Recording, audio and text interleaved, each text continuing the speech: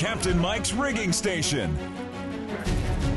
Powered by Florida Sport Fishing TV.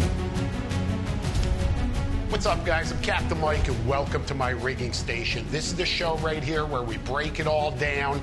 We talk about all of the details that are going to make you a more successful angler, inshore and off. And I don't care if you're targeting sailfish, snook, whatever it is, preparation is vital to your success on the water. I'll tell you what, cool topic today, shallow water shark fishing. It's not something that's talked about a lot because everybody, when you say flats and you say shallow water, what do they think of? Especially here in the Florida Keys, they think bonefish, tarpon, permit, of course in other areas, snook, redfish, trout, but there's a whole other world back there in the backcountry and on the flats, especially here in the Florida Keys, that is just super, super exciting. And again, it's called shallow water shark fishing. I'm going to walk you through the whole thing. I'm telling you, it's super exciting. You know, everybody, when they think shark fishing, and I've done a lot of this myself, offshore chumming for makos up off the northeast, thresher sharks in some areas, all of those highly migratory pelagic predators. But on the flats and in the backcountry and in the shallows, it's a different game altogether. Completely different. You're talking about water that's only a few feet deep, but the opportunities are immense. Here in the Keys, especially the middle Florida Keys, there are over a dozen different species of sharks that you may encounter. Dusky sharks, lemon sharks, bull sharks, hammerhead sharks, various hammerhead sharks, by the way, black tips, spinners, nurse sharks, tigers, it goes on and on. And don't make that mistake thinking shallow water, not big fish. Absolutely not. Some of these sharks will exceed 1,000 pounds. Think about that, half a ton. And that's what's really cool is when you go out there shark fishing the shallows, you just never know what you're going to encounter. It's a great alternative, maybe when it's blowing, you can't get offshore, or you just want to change a pace. So many different reasons to have this in your arsenal. And I'll tell you what, you really want to excite some kids, you really want to excite some out-of-town visitors, take them to the Keys, get them on the flats, and put them on some sharks with some light tackle. They're going to love you forever. It's all about the details. Let's talk about it. Again, here in the Middle Keys, you've got a couple different options. We're not talking about fishing the ocean side. We're talking about fishing the bay side. Florida Bay, Gulf of Mexico, shallow flats, adjacent to land, anywhere from 3 to 5 feet of water. That's it. Look at a chart. Look at Google Earth. Very easy to distinguish and find these different areas. But what's the key? It's finding flats that are really close to some deep water channels, because those channels are where the sharks are going to be moving. You know, it's like a highway for the sharks, a road, and they smell out any prey, wounded prey, dead prey, whatever it is up in the shallows, and then they'll come up out of that channel, up into the flat, they'll feed, and then again, they'll get back down into that channel and move to a different area, and the life cycle continues. In the backcountry, because you're only talking about, and when I refer to the backcountry, the flats, and because you're only talking about 3 or 4 feet of water, obviously you're going to be doing this out of a flat skiff, a bay boat, something to that nature that you could really get relatively skinny. You don't need to get into 12 inches of water. You don't need to get that shallow, okay? Like I said, a few feet is fine. A lot of different details here that are going to get you in the game. And we're going to talk about different things. We're going to talk about fishing for the sharks and catching them on the flats. And then we're going to talk about the 7 Mile Bridge, because I'll tell you what, that's world famous for shark fishing here in the Keys. And I don't care if you're out there on the flat somewhere, the 7 Mile Bridge is going to be off in the distance. You're going to see it. So you could really do either, but it takes a little bit of a different tactic for either scenario. Understand that at the 7 Mile Bridge, because you are fishing some water that is a little bit deeper, 5 to 8 feet of water, you can get away with a bigger boat. Look, I have fished the 7 Mile Bridge for sharks aboard my 39 CV. Had an absolute blast, okay? We filmed shows doing it. Check out 7 Mile Sharks. In addition, on the flats, we've also filmed shows, and we've done it in a 27-foot CV bay boat. So again, there's a wide variety of different vessels that you can do this in, but it is going to take a little bit of different tackle and a little bit of a different technique in either venue. But I'm going to reveal one big secret to you when it comes to tackle that's absolutely going to be a game changer when it comes to shallow water shark fishing. Hey guys, I'm Captain Mike and welcome to my rigging station. You've asked over and over, here's the answer. Two-bro fishing.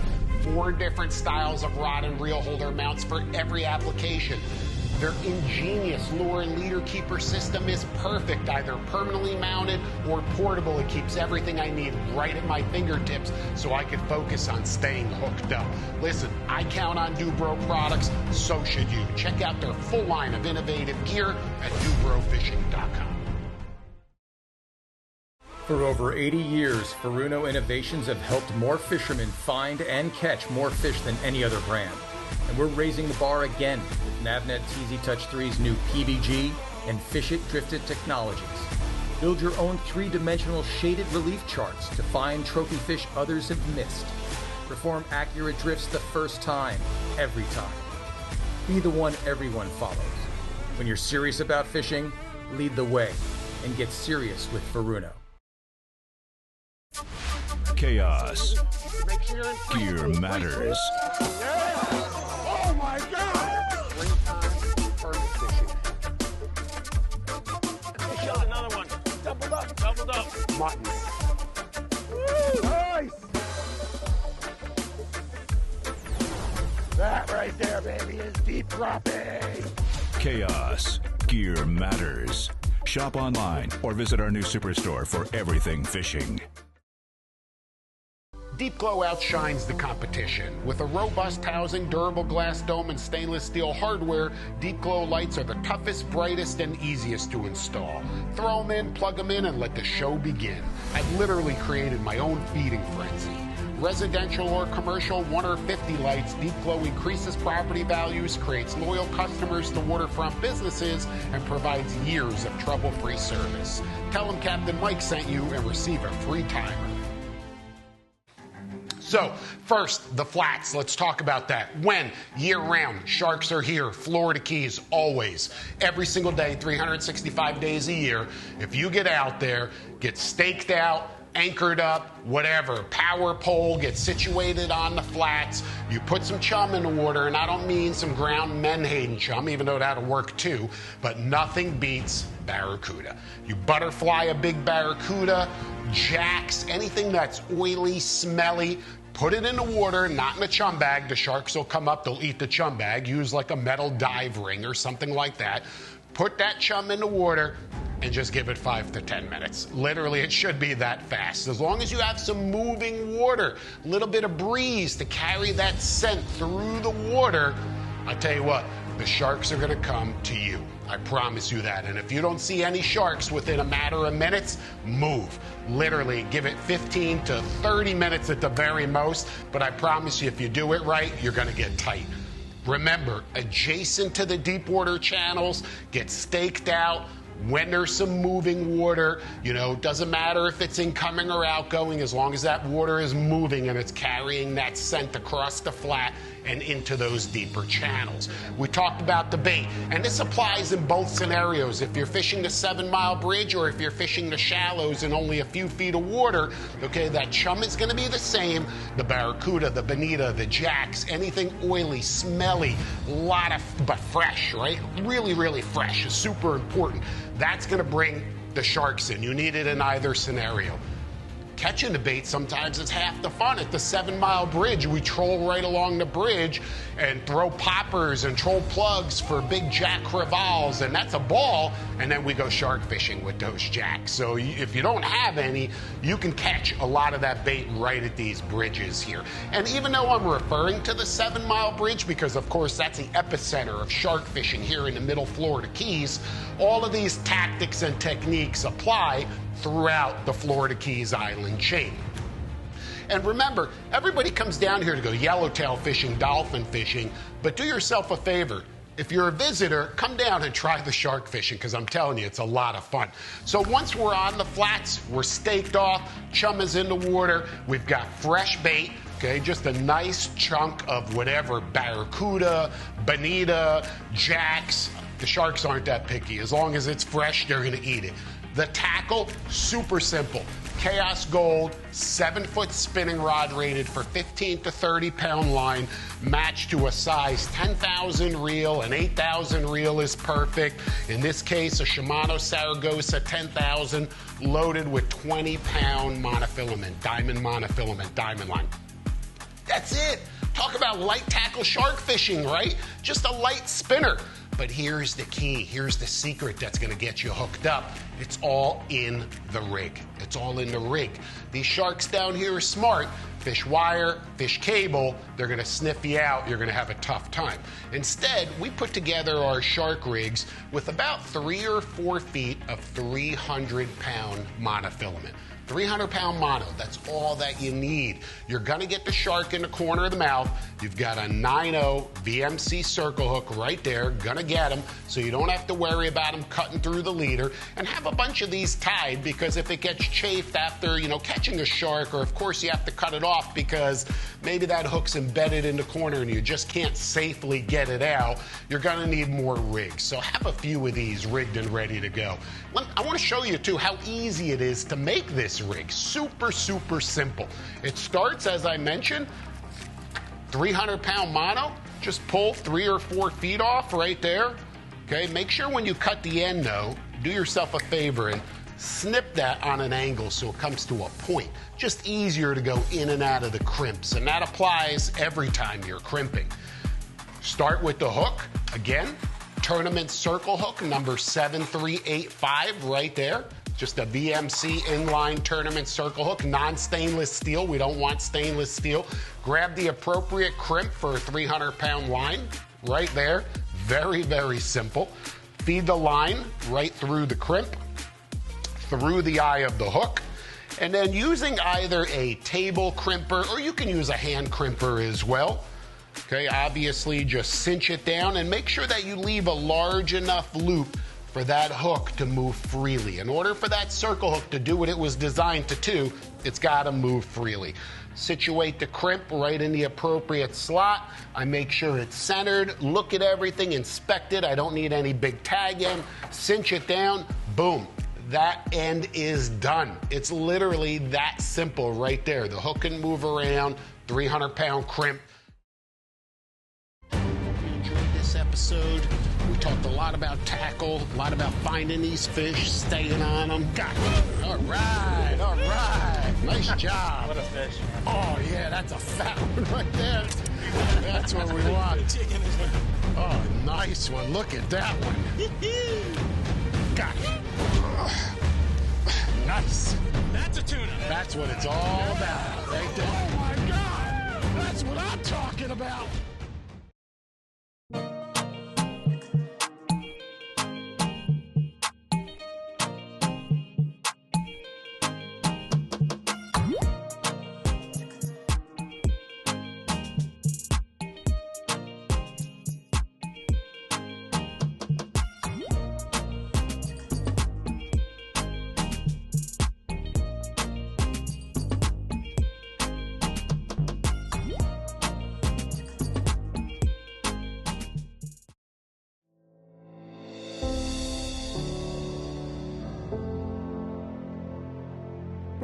Don't even lift and pump, just reel.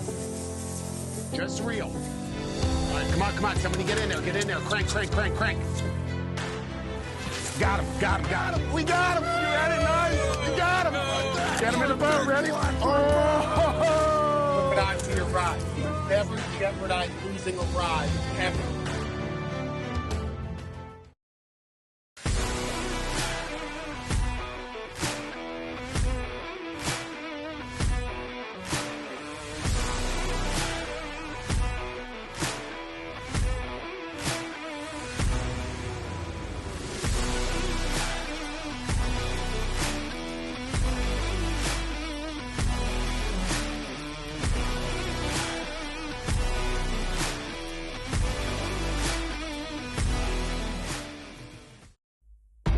the opposite end, grab a 200-pound ball-bearing swivel, another crimp, go right through the eye of the swivel.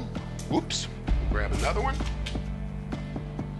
Again, this couldn't be any easier. It's so simple when it comes to putting these rigs together, but they're deadly effective. And understand that this is the same rig, there it is, crimped in place. This is the same rig that we're gonna use by the bridge or we're gonna use on the flats.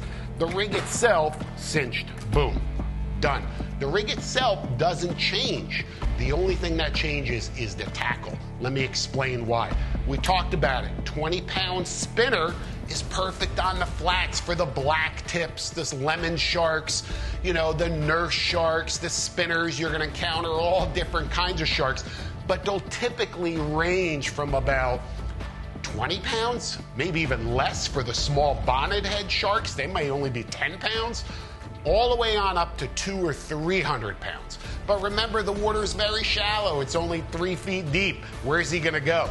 Okay, so you're gonna have plenty of line capacity. You're gonna be able to comfortably and really, really enjoyably fight that shark on a spinning outfit. Screaming drags, it's just so much fun. It really is, okay? However, if you change the game and you decide, hey, I wanna go fish that 7-mile bridge, again, you're gonna need to change the tackle a little bit. Rig is gonna stay the same, but you're gonna need to bump it up. Maybe a 7-foot conventional rod with 30-pound mono. You may even wanna go heavier. You may even wanna go to like a small stand-up rod with something like a 12, a 16, or a 20 size conventional reel loaded with 30 or 50-pound mono.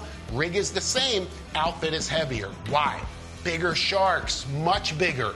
By the 7-mile bridge, not uncommon, 500-pound hammerhead. Think about that. That's a big beast. You're gonna need bigger tackle. You don't wanna fight these things for too long because you're gonna release them, right? You wanna release them unharmed, let them swim away. Couple things that are real important to remember. I can't stress the fresh bait. Your anchor. If you're fishing by the bridge, bigger boat, you need to have some sort of breakaway system, because if you have to chase that shark, you've got to be able to just unhook from your anchor, have an anchor ball, so now you can go chase that shark, safely release it, and then obviously get back on the spot there, okay? Caution. These are, I don't want to use the word man-eaters, but they're certainly capable of inflicting some serious damage. We've all seen it. Guys make the mistake of putting their hand too close to a shark's mouth. Don't do it. Just don't do it. Make sure you have long D-hookers, a long pair of needle nose, whatever. Always lean on the side of caution. Don't put yourself in a position where a shark can rip your hand off or rip your finger off, not intentionally, but it happens. So again, I can't stress how important it is to exercise a level of caution when dealing with these sharks, okay? Understand the topography, understand the bottom where you're fishing, especially that 7-mile bridge. Study it. Study where the water flows under the bridge in the deeper channels and where there are shallower flats adjacent to that, where you would visualize those sharks hunting on or around those perimeters, okay? You could set up anywhere next to the bridge, and again, you're gonna have success, but understand, like I said, that there are particular stretches that are gonna be more effective when it comes to shark fishing. And it's relatively the same on the flats. If you're in a skiff or in a bay boat, same thing. You can't just stop anywhere, and that's probably a false statement. You probably could stop anywhere here in Marathon, out in the Gulf, in Florida Bay, in 3 to 5 feet of water. Put some chum in the water, something with a lot of odor, and sharks are gonna come to you. It's just a matter of time. But if you find an area where you've had really good success or they're consistently showing up there, you can count on them being there again in the future, okay? Fresh bait is vital in today's highly pressured fisheries, and no one makes it easier to catch live bait than the Ballyhoop. With a complete line of collapsible hoop nets and accessories, the Ballyhoop is a must-have for every angler. Simply deploy the Ballyhoop and watch the magic. With the Ballyhoop, catching live bait is clean, fast, and simple. Ask for the Ballyhoop at your local tackle shop or visit us online to find a dealer near you. Dependable terminal tackle. It's vital in every venue. That's why professional anglers targeting bonefish to blue marlin rely on Diamond Fishing products. With an extensive selection of the finest monofilament, fluorocarbon, and braided fishing line in the world, it's time you avoid the rest and rig with the best. Diamond Fishing Products, the official line of Florida Sport Fishing TV, tournament-winning fishing teams, and busy charter captains from coast to coast.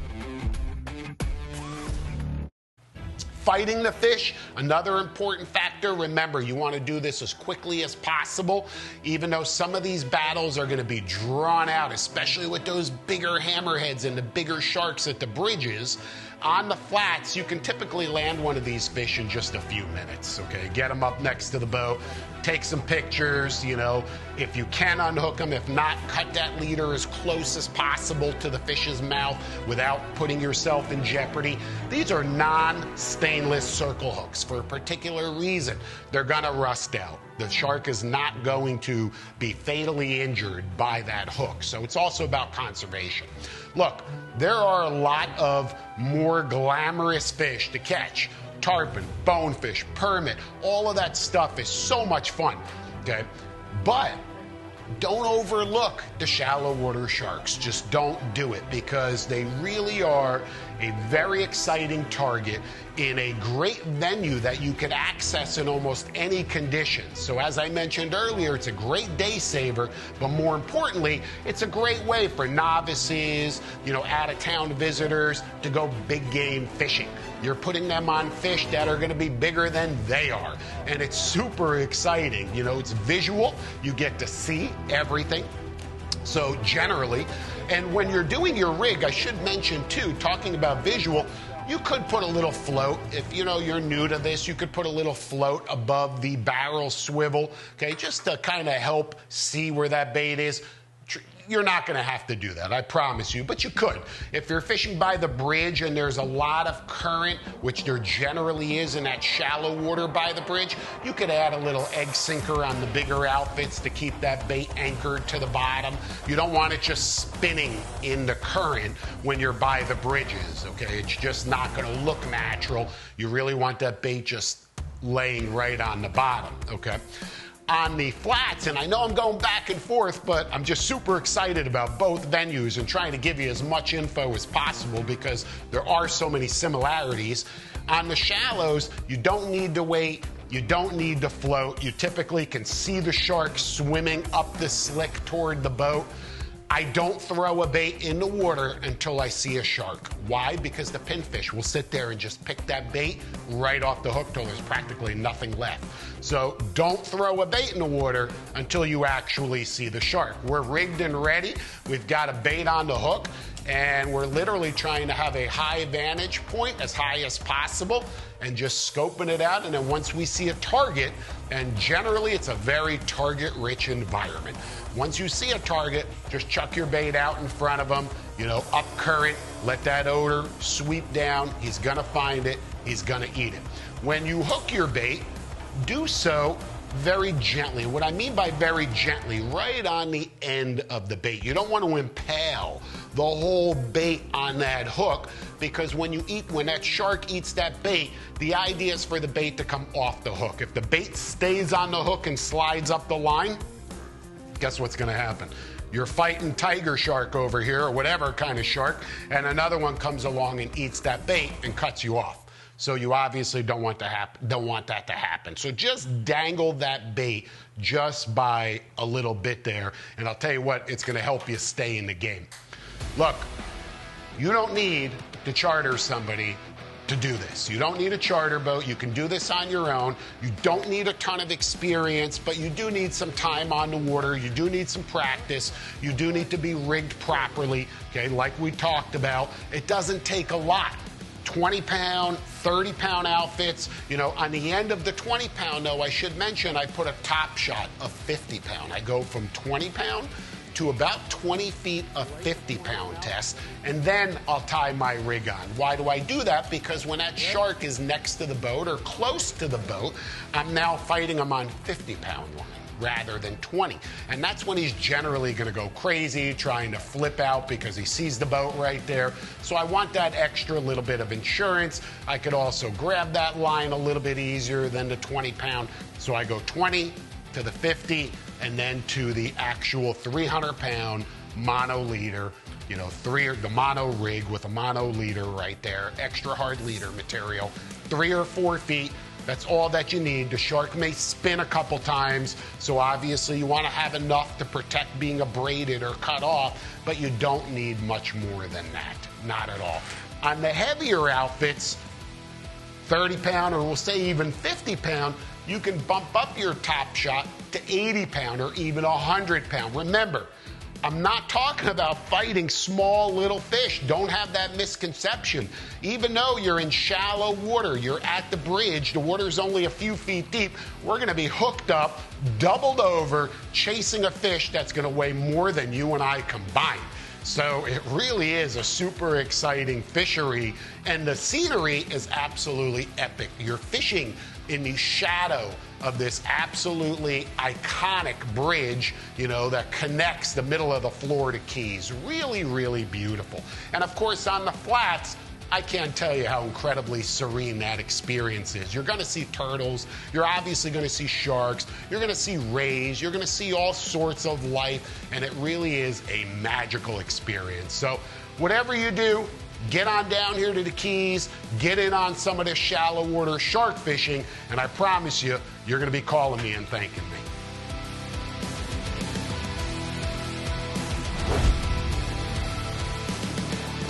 Connect with the crew on Instagram at Florida Sport Fishing TV. Catch our extreme seminar series at www.fsftv.com and get hooked up.